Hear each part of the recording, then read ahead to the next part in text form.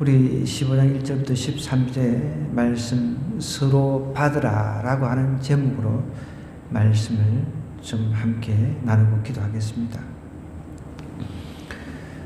로마 시대 때는 특별히 로마 사도 바울이 로마 교회에 편지를 하던 이 당시에 교회 안에는 유대인들이 있었고요. 또 로마 시민이 거듭나서 예수님 믿고 거듭나서 거듭난 이제 이방인들이 있습니다. 그 안에 거듭난 이방인 유대인들 이 사람들 사이에 약간의 알력이 좀 있었다는 거예요. 약간 어떻게 보면은 이제 좀 갈등 같은 것 이런 것들이 존재를 했었습니다. 그러니까 믿음이 강한 사람들도 있고요. 이제 이방 사람들, 특별히 이방 사람들 입장에서는 예수님 처음 믿는데, 이제 하나님을 오래 믿다가 이제 예수님을 믿어가, 내가 예수님을 핍박했던 그분이 우리 죄를 위해서 돌아가시고, 이제 3일 만에 부활하시고 성천하셨구나. 이것을 이제 깨달은 유대인들이, 거듭난 유대인들은 과거 때부터 믿어왔기 때문에 어떻게 보면 믿음이 아주 강한 사람일 수가 있죠. 근데 이제 처음 예수님 믿기 시작한 이방인들 같은 경우는 믿음이 또 약한 사람이 있단 말이에요. 그런 사람 사이에서 서로 믿음이 강한 사람들은 믿음이 좀 약한 사람을 갖다가 이제 막 무시하고 이런 일들이 있었던 것이죠. 오늘날도 마찬가지입니다. 교회 안에는 믿음이 강한 사람이 있어요. 믿음이 또 약한 사람이 있어요. 믿음이 강한 사람들은 어떤 사람입니까? 이렇게 금요일 기도회, 우리 공식적인 기도회 합시다. 기도에 모입니다 하면 안 빠지고 오는 사람들, 이런 사람이 믿음이 강한 사람이라고 할 수 있는 거죠. 그러나 오라고 해도 안 하는 사람이 있잖아요. 아무리 사정을 해도 오라고 해도 꼭 주일만 이렇게 이제 오려고 하는 사람, 주일 그냥 딱 1시간. 그런데 여러분, 조금 후에 0시에 우리 한국하고 포르투갈하고 축구하죠. 하나님 앞에 기도하고 예배하는 것보다 그것을 더 좋아하는 사람들이 있다는 거예요. 믿음이 약한 사람들은 만약에 지금 이 시간에 여기는 그런 사람이 한 사람도 없는 줄 믿습니다. 이 시간에 대한민국하고 포르투갈이 축구를 한다 할지라도 우리는 어디에 있어요? 교회에 있습니다. 그래서 우리는 믿음이 강한 사람이라고 한다면 믿음이 약한 사람은 어떤 사람이야? 그래, 이 시간에, 교회 나가는 것보다 축구 보는 게 좋지. 그렇게 해서 축구를 보는 믿음이 약한 그리스도인들도 분명히 있다는 거예요. 만약에 주일날, 예를 들어서 11시 아주 중요한 우리 한국과의 경기가 있다 그러면 그때 어떻게 해요? 믿음이 강한 사람은 그런 거 상관 안 합니다. 녹화된 걸로 아니면 결과만 봐도 되니까. 그런데 어떻게 해요? 믿음이 약한 사람은 그거조차 빠지고 그거 본다는 겁니다.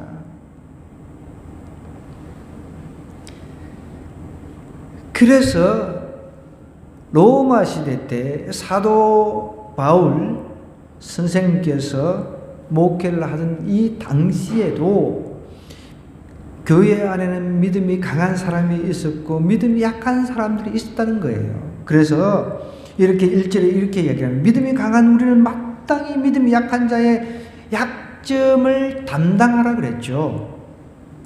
자기를 기쁘게 하지 아니할 것이라 하면서 믿음이 강한 사람은 어떻게 하라고 이야기를 하고 있습니까? 믿음이 강한 사람은 마땅히 믿음이 약한 자의 약점을 담당하라라고 이야기를 하고 있습니다. 약점을 담당하라는 말이 무엇입니까? 인내하라는 뜻입니다. 참고 그 사람이 동일하게 우리처럼 믿음이 강해질 때까지 기다려주라는 거예요. 교회 안에는 집사직분을 받은 사람들조차도 공식적인 모임을 빼먹고 딴짓하는 사람들이 참 많이 있죠. 어떡합니까? 그런 사람. 문제는 그런 사람을 또 직분을 남발해서 세운 것도 교회의 책임일 수도 있습니다. 분명히 1차적인 책임은. 그러나 내가 교사의 직분을 받았다. 집사의 직분을 받았다, 권사의 직분, 장로의 직분을 받았다, 직분을 받았다라고 한다면 내가 그 직분에 충성을 해야 된다는 거예요. 우리는 마땅히 믿음이 약한 자의 약점을 담당하라는 겁니다. 정말 아직까지 베이비 신앙을 가지고 있는 사람들이 있으면 그 사람들의 그 약점이 있잖아요. 약점. 그래. 아직까지 몰라서 그렇지. 세상의 그 즐거움, 발을 걸치고 또 하나님 안에서 또 복도 받아야 되니까 발을 걸치고 양다리를 걸치고 살아가는 사람들이 우리 주위에 너무너무 많다는 겁니다. 두 마음을 품은 사람들이 우리 안에도 많이 있다는 거예요. 오늘날 우리 교회 안에도 많이 있다는 거예요. 그렇지만 사도 바울 선생님은 그것을 가지고 비난하고 그 약점을 잡아가지고 나무라고 그렇게 하라라고 이야기를 한 것이 아니라 그 약점을 인내하면서 담당하라는 겁니다. 믿음이 강한 사람은 남을 기쁘시게 하라는 거예요. 자기를 기쁘시게 하는 게 아니라. 우리가 믿음이 이제 강한 사람들은 아까 전에 제가 설명을 했습니다. 우리가 이 시간에 천지가 개벽한다 하더라도 우리는 이 시간을 지키죠. 월드컵보다 더 중요한 게 하나님을 경배하는 거니까. 그리고 우리가 믿음이 강한 사람들은 어떻게 해요? 나를 기쁘게 하는 것이 아니라 남을 기쁘게 하고 남을 즐겁게 하라라고 이야기를 하는 거예요. 약한 자의 약점을 담당하고 자기를 기쁘게 하지 아니할 것이라 하면서 2절에 또 어떻게 얘기를 하냐면 우리 각 사람이 이웃을 기쁘게 하되 선을 이루고 덕을 세우도록 하라는 겁니다. 믿음이 강한 사람들은 이웃을 기쁘게 하는 그런 존재가 되라는 거예요. 우리 안에, 우리 가족 안에도 이 가깝지만 먼 이웃이 있잖아요. 그죠? 믿음이 약한 사람들. 그 사람들을 우리가 약점을 담당해야 돼요. 약점을 인내로 받아들이고 그렇게 가라는 겁니다. 기쁘게 하면서 선을 이루고 덕을 세우도록 하라라고 이야기를 하고 있습니다. 왜요? 그 이유가, 그렇게 해야 될 이유가 3절에 나와 있습니다. 예수님께서도 자기를 기쁘게 하지 아니하셨다 그랬습니다. 예수님께서도 자기를 기쁘시게 하지 아니했다고 하면서 기록된 바 주를 비방하는 자들의 비방이 내게 미쳤나이다. 우리 주님도 저 천상에서 고생하지 않고 그냥 천상에 있었을 수도 있었습니다. 그런데 굳이 인간의 몸으로 이렇게 고생할 필요 없이 천상에서 있었어도 되신 분입니다. 그렇지만 우리 같은 이 약점 많은 우리 인간의 죄성 때문에 이 인류가 온통 죄로 물든 그런 상황이 되어버렸잖아요. 다 지옥으로 가야 될 사람들이란 말이에요. 그 약점을 담당하기 위해서 인간의 몸을 입고 오셨다는 겁니다. 그렇기 때문에 우리도 예수님의 제자다라고 한다면, 우리가 예수님 믿고 따르는 그런 사람이라고 한다면 이웃의 약점, 그것을 인내로 담당하라는 거예요. 참 답답하죠. 힘들죠. 어떨 때는. 그죠? 답답하잖아요. 애기들 보면은 예쁘기는 하지만 진짜 말도 못하고 앵앵거리 쌓고 그냥 맨날 밥만 내놔라고 징징거리 쌓고 답답하죠. 그러니까 교회 안에도 그렇게 믿음이 약한 사람들이 있다는 거예요. 우리 주변에 그런 사람이 많이 있다는 것입니다. 그런 사람을 누가 담당을 합니까? 똑같이 믿음이 약한 사람이 어떻게 담당을 하겠습니까?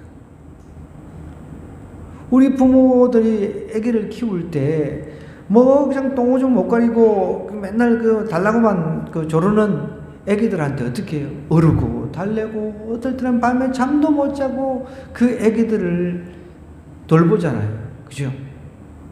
그것처럼 이웃을 기쁘시게 하고 덕을 세우도록 하라는 거예요. 예수님께서 우리같이 정말 못난 사람들, 우리같이 죄 많은 그 영혼들, 다 지옥 가야 될 영혼들을 갖다가 다 그 죄를 갖다가 예수님께 다 덮어쓰고 우리 약점을 다 담당을 해 주셨기 때문에 그래서 우리도 그 예수님처럼 그렇게 살아가는 거예요. 자기는 그렇게 못 살면서 그렇게 살아. 사도 바울은 예수님을 따르면서 그렇게 살았습니다. 그러니까 자신도 당당하게 그렇게 따른 사람이기 때문에 우리도 예수님을 따른 사람이라면 강한 자는 마땅히 연약한 자의 약점을 담당하면서 인내하면서 살아라라고 얘기를 하는 거예요. 사절도 볼까요? 무엇이든지 전에 기록된 바는 우리의 교훈을 위하여 기록된 것이니 우리로 하여금 인내로 또는 성경의 위로로 소망을 가지게 함이라. 왜요? 우리가 인내하고 인내하다 보면 그 약한 사람들이 언젠가는 끌어올라가진다는 거예요. 그 믿음이. 그럴 때까지 참아야 되는 거예요. 이 키라고 하는 것, 제가 건강검진을 해봤는데 키를 재봤는데 안 크더라고. 참. 그래도 최선을 다해서 막 쫙 뻗어봤는데도 67이 안 나오면 66점 얼마 나오는데 나는 그래도 누구한테 가면 그래도 사람들한테 67이라고 이야기를 하거든요. 반응까지 해가지고 쫙 아무리 막 뻗당기고 이렇게 뻗어가지고 막 이 목을 비틀고 해도 이상하게 67이 안 나오네요. 여러분 키라고 하는 게 우리 아이들 때부터 이렇게 하나하나 이렇게 자라잖아요. 그런데 우리 아기 때부터 그냥 한순간에 막 2m고 돼버리고 그러지는 않잖아요. 오랜 세월이 걸립니다. 정말 오랜 세월.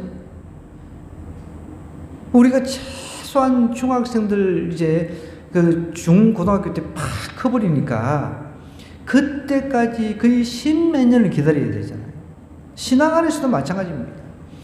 예수님 믿어가지고 거듭나가지고 너무너무 예수님이 좋아요. 이런 신앙 고백을 하면서 모든 공적 예배, 공적 모임에 다 참석하고 이런 사람이 되기까지는 많은 시간이 걸리는 것입니다. 처음 교회 나온 사람들이 기도가 뭐 됩니까? 기도 5분 하라고 해도 이거는 기도 50분 뭐 5시간 하는 것보다 더 힘들죠. 근데 믿음이 강한 사람은 기도를 해도 그냥 순식간에 몇 시간 흘러가 버리죠. 그런데 기도를 해보지 않은 사람 입장에서는 기도하라 그러면은 가르쳐줘도 그게 제대로 익숙하지 않으니까 안 된단 말입니다.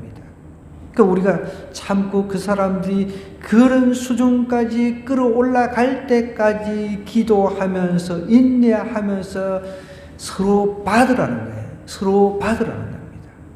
그래서 서로 받으라라고 하는 것은 서로 영접하라는 거예요. 서로 약점을 감당을 하라는 겁니다. 조금 우리 애들이 이제 아장아장 그럴 때 에이 그 자식 그것도 못 걸어 이렇게 하지 않잖아요. 한 걸음 긋고 넘어지고 해도 막 박수를 치고 막 그런단 말이에요. 그런데 우리가 교회 안에서는 나는 강하고 너는 약하다 해서 다 자꾸만 자신의 그 눈높이에서 봐버리면 이 교회가 하나가 되지가 않는 거죠. 그럼 교회처럼 다양한 사람들이 모인 집단이 없어요. 자, 학교는 나이도 똑같아. 그죠? 배우는 교육과정도 다 똑같아. 그렇잖아요. 그러니까 비슷비슷하죠, 다. 나이도 뭐 다 비슷하니까. 많아봐야 뭐 한두 살 차이. 대학 가면은 이제 뭐 재수, 삼수 하니까 좀 몇 살 차이 나는데.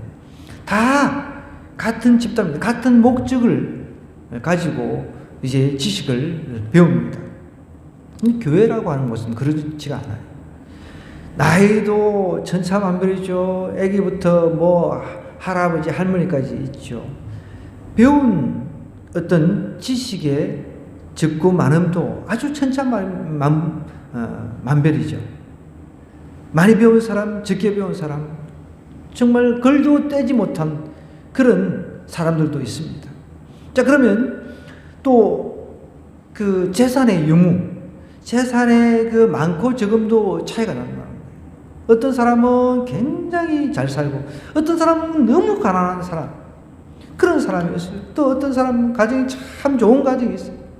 뭐 몇 대째, 3대째 뭐 신앙의 가정. 또 어떤 사람은 이제 처음 믿다가 혼자서 가족도 없고, 아주 갑으로서 외로운 그런 부류도 있다.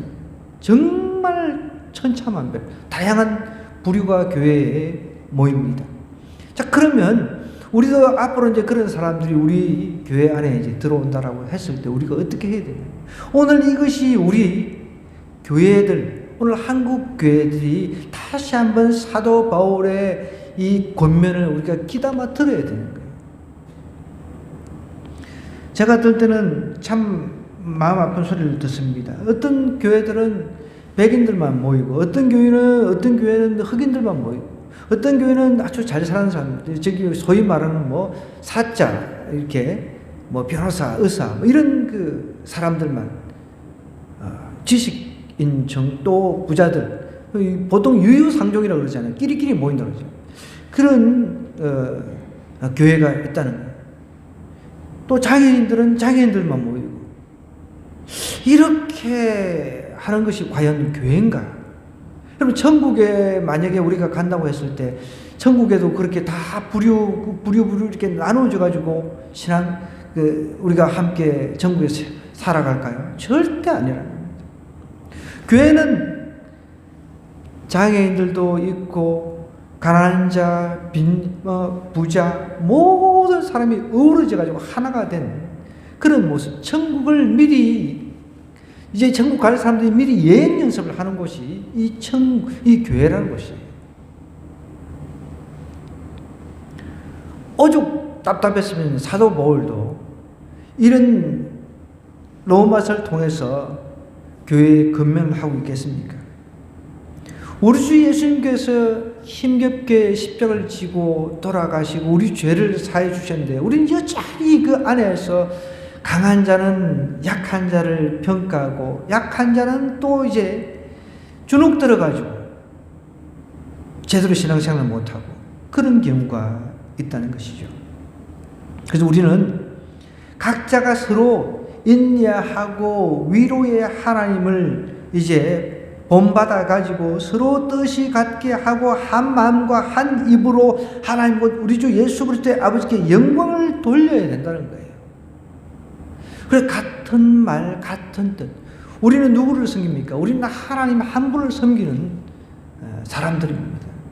우리가 몸이 부족하고 또 뭐 장애가 좀 있다 해도 나중에 천국에서는 하나님께서 그 장애를 가진 사람 최고의 몸으로 분명히 새롭게 만들어 주실 거예요.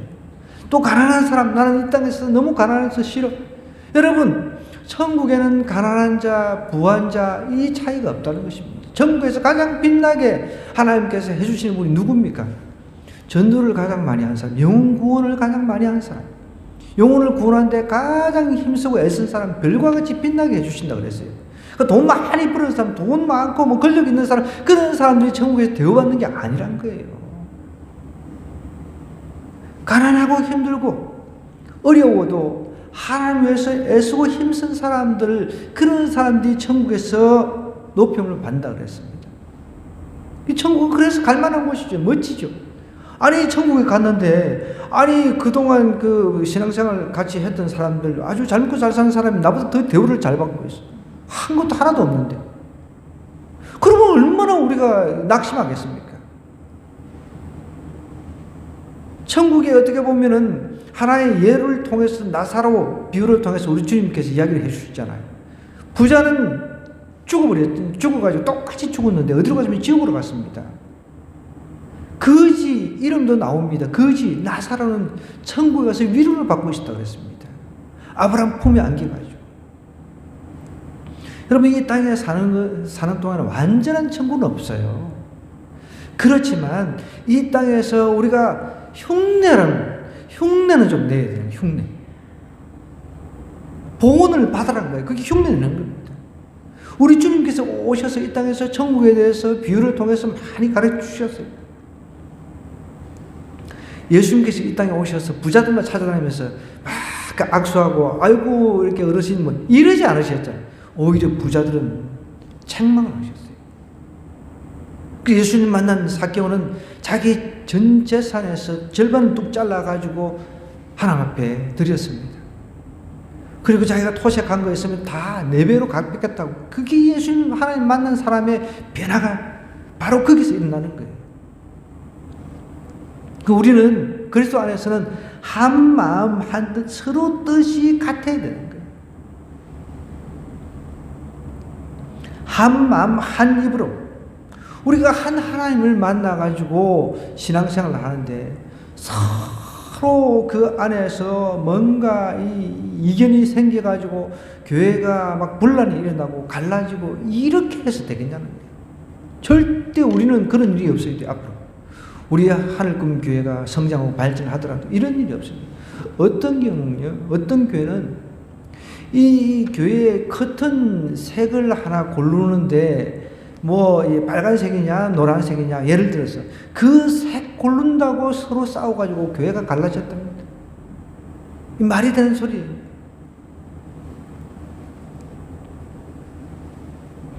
실질적으로 그런 일이 있었다는 거예요. 교회 안에서는 우리의 주인은 하나님 한 분밖에 없습니다. 예수님 한 분밖에 없는 거예요. 그래서 서로 뜻이 같아야 됩니다. 한 마음과 한 입이 되어야 돼요. 왜요? 그래야 영광이 되는 거예요. 교회 안에서 서로 찢고 뽑고 싸우고 막 이렇게 되면은 하나님 앞에 영광이 안 되는 거예요. 실제로 뭐라고 이야기를 합니까? 한번 같이 읽어보시면 그러므로 그래서 우리를 받아 하나님께 영광을 돌리신 것 같이 너희도 서로 받으라. 이게 핵심입니다. 예수님께서도 우리같이 부족한 사람을 받아주셨다는 거예요. 그죠? 그러니까 다른 연약한 사람들이 내 주위에 있으면 그 연약한 사람을 우리가 받아줘야 된다는 거예요.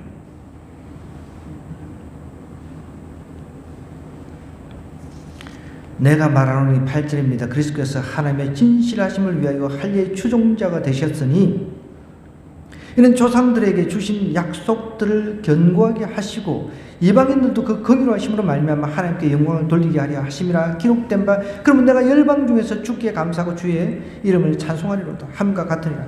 또 이런 열방들아 주의 백성과 함께 즐거워하라 하였으며 또 모든 열방들의 주를 찬양하며 모든 백성들을 그를 찬송하라 하였으며 또 이사야가 이르되 이새의 뿌리 곧 열방을 다스리기 위하여 일어나시는 이가 있으니 열방이 그에게 소망을 두리라 하였느니라 그랬습니다.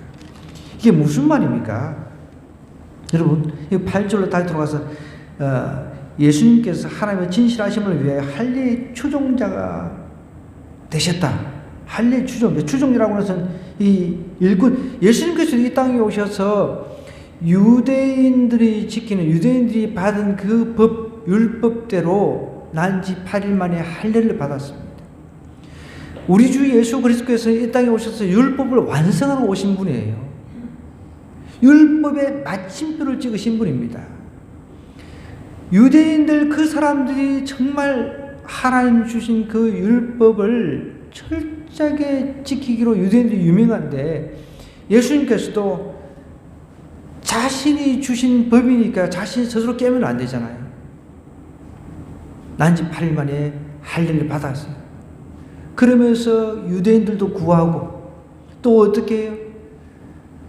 이제는 우리는 그리스도 안에 할례 받지 않고 영적으로 예수님을 믿어서 완전히 거듭나는 영적인 할례를 이방인들도 받을 수 있도록 예수님께서 그렇게 십자가를 져주셨다는 거예요. 그 이야기입니다.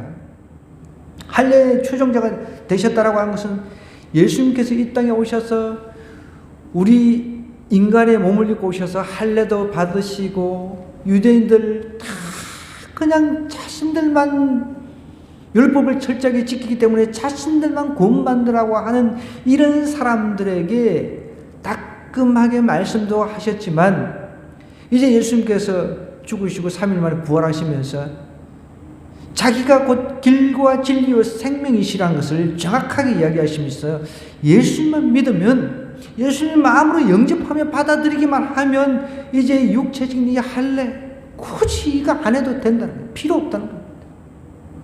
할례, 영적인 할례가 더 중요하다는 것을 예수님께서 친히 할례를 받으시면서 이제 일꾼이 돼가지고 이 추종자라고 하는 것은 결국은 일꾼을 말하는 거예요. 일꾼. 우리 인류의 일꾼이 되셔가지고 우리 모든 인류를 구원하시기 때문에 이방인들, 니네들은 이 유대인들 니네들은 이방인들은 구원도 받지 못하고 이방인들은 다 지옥 간다고 생각했는데 이방인들도 아니다. 예수만 믿으면 구원받는다라는 것을 정확하게 가르쳐 주시는 거예요. 사도 바울이 이 이야기를 하는 거예요. 할례의 추종자가 되셔서는 이런 조상들에게 주신 약속들을 견고하게 하셨다는 거예요. 그래서 이방인들도 그 긍휼하심으로, 그래서 예수님만 믿기만 하면 그냥 덮어놓고 믿는 게 아니라 마음으로 믿기만 하면 이방인들도 구원받는다는 거예요. 이방인들도 구원받기 때문에 할례 받았니 안 받았니 그런 건 아무 의미가 없는 거죠. 아니 생물학적으로 의학적으로 할례를 받고 싶으면 깨끗하고 좋으니까 그런 걸 하고 싶으면 전통 지키는 건 좋다는 거죠. 그러나 그것이 구원의 하나의 어떤 징표 이건 아니라는 것이죠. 이방인들도 예수님께서 십자가에 피 흘린 그 사건으로 말미암아 긍휼을 받은 거예요. 누구에게나 열려 있습니다. 구원은 누구에게 열려 있어요. 누구에게. 예수님을 믿기만 하면 모두 구원을 받는다는 것입니다. 마음으로 믿기만 하면.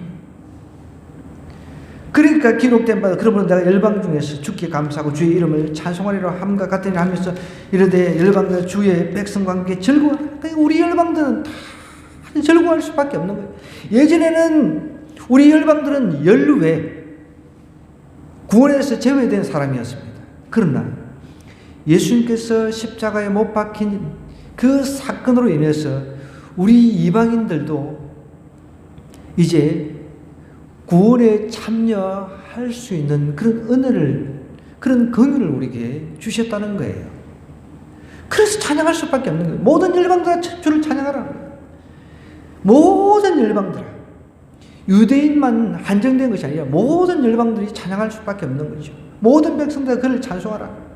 이사야가 이르되 12절에 보면 이새의 뿌리 곧 열방을 다스리기 위하여 일어나신 이가 있으니 열방이 그에게 소망을 두고, 그래서 예수님께만 소망을 두고 살아가는 사람들이 그리스도인이라고 하는 겁니다. 우리가 크리스찬이라고 하잖아요. 크리스찬은 다른 뜻이 아닙니다. 예수님께만 소망을 두는 거예요. 그런 사람이 크리스찬인 거예요. 그러니까 열방의 사람들, 모든 사람들 예수님을 만나면은 다시 이제 새롭게 영적으로 거듭나기 때문에 소망이 생기잖아요. 과거에는 물질이 다른 어떤 것이 자기의 소망이었다면 이제는 그것은 아무 의미가 없는 거예요. 오직 예수님만 소망이에요. 예전에는 술이 이런 것이 담배 이런 것이 소망이었다면 이제 예수님 만난 뒤로는 그것이 아무 의미가 없는 거죠. 그래서 이렇게 이야기하는데 소망의 하나님 13절에 보면 소망의 하나님이 모든 기쁨과 평강을 믿음 안에서 너에게 충만하게 하사 성령의 능력으로 소망이 넘치게 하시기를 원하노라. 이제 우리는 예수님 때문에 소망이 생겼어요.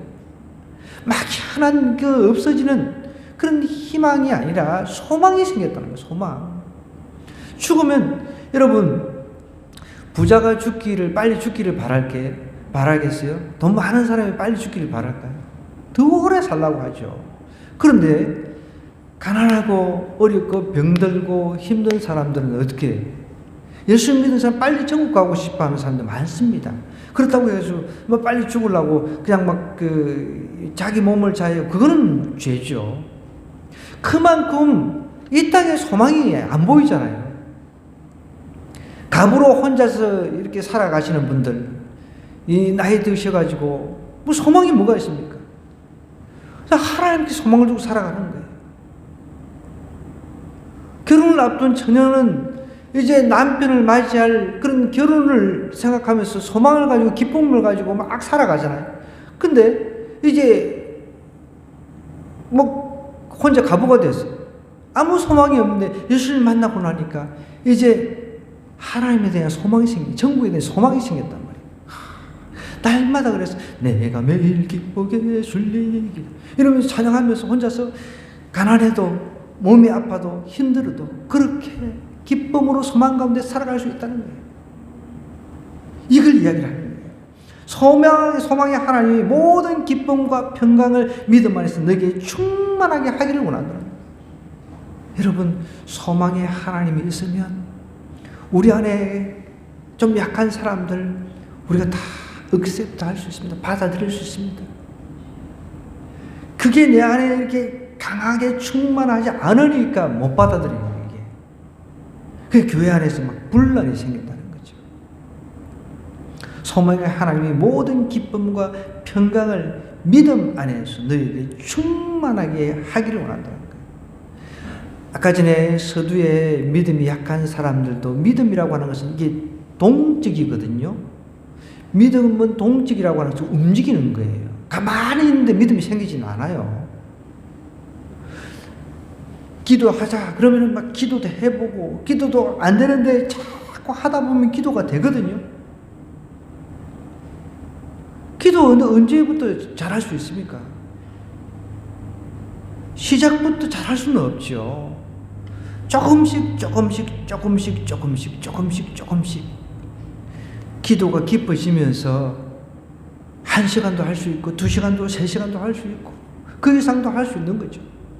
순식간에 혹 시간이 그냥 그렇게 지나가는 거예요. 우리가 영화 최근에 무슨 영화가 나왔는데 하여간 3시간이 넘어가는 한 5시간짜리 영화였나? 그런 게 나온다고 하는데, 아이고, 사람들이 그런 것들도 다 보기는 보잖아요. 드라마식으로 된 걸 가지고 엮어가지고 아예 5시간 3시간 이상짜리를 만든다고 하는데, 하여간 모르겠습니다. 그런 걸 보면서도 휙 지나가잖아요. 휙 지나가죠. 사랑하는 남녀가 붙어가지고 데이트를 하는데 몇 시간들 이게 휙 지나가지 않겠습니까? 휙 지나가죠. 근데 우리는 하나님께 소망을 두고 살면서 휙은 그냥 왜 이렇게 시간이 안 가요? 기도 5분 하고서 시계 보는데 이게 5분, 6분. 이제 기도 좀 하고 나면 또 눈 뜨면 또 10분 겨우 그냥 온 줄을 다 틀고 해도 15분을 못 넘기고. 일어서는 사람들 많잖아요. 우리 주인. 그러니까 그런 사람들 우리가 참고 인내하면서 억셉트 받아주라는 거예요. 기다리라는 겁니다.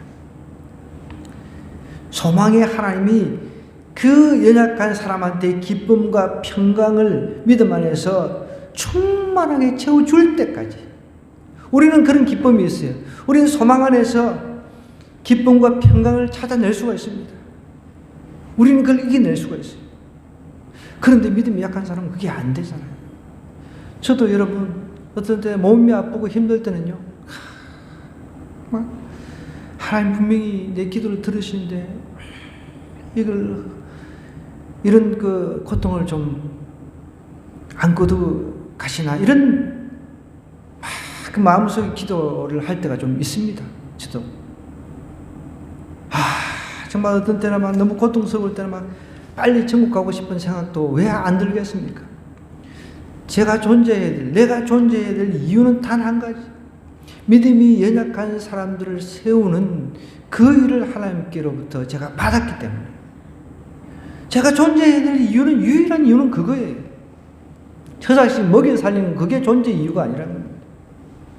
여러분들도 마찬가지예요. 내가 남편 먹여 살리고 내가 새끼들 먹여 살리는 그게 존재 이유가 돼서는 안 된다는 거예요. 우리의 존재 이유는 하나님께 영광이죠. 그런데 하나님께 영광을 돌리면서 내 안에 하나님 주시는 기쁨과 평강, 믿음 안에서 뭔가 나를 충만하게 하는 이 성령의 충만함, 이런 것이 없는 상태의 믿음 생활이라고 하는 것은 이거는 아직까지 베이비일 수 있는 거죠. 세상 것이 더 좋으니까. 우리 안에는 그런 사람이 없는 줄 믿어요. 그럼 우리 안에 여기에 나온 사람 외에는 대다수가 그렇습니다. 대다수. 베이비 수준이죠. 그러면 우리가 어떻게 그런 사람들이 이런 하나님께 소망을 두고 기쁨과 평강을 믿으면서 성령 충만함을 찾으려고 하는 단계까지 나아갈 수 있도록 기도로 뒷받침하고 또 건면하고 계속 건면하고 그들을 즐겁게 해줄 수 있는 것들 방법을 찾아 나가야 됩니다. 그래서 우리가 한 입 같은 마음 같은 뜻이 될 수 있도록 그렇게 병균케 하는 그런 일들을 우리가 해야 되는 거예요. 그래서 우리 금요 기도에 나오신 분들 너무 중요해요. 여러분 한 사람 한 사람이 각자의 삶 속에서 믿음 약한 사람들을 갖다가 끌어올리는 역할을 해야 된다는 거예요. 약한 사람들 서로 받으면서 인내하면서 그 때에 올라갈 때까지 기다리는 이게 보통 힘든 게 아니에요. 보통 힘든 게 아니에요. 그렇지만 하나님께서는 우리에게 그런 사명을 주셨다는 거예요. 이 사명을 가슴으로 받으시고 오늘 내가 지금 내 주변에 믿음 약한 사람들 오늘 이름 생각하면서 이름 부르시면서 주여 한번 외치고 우리 기도하도록 하겠습니다.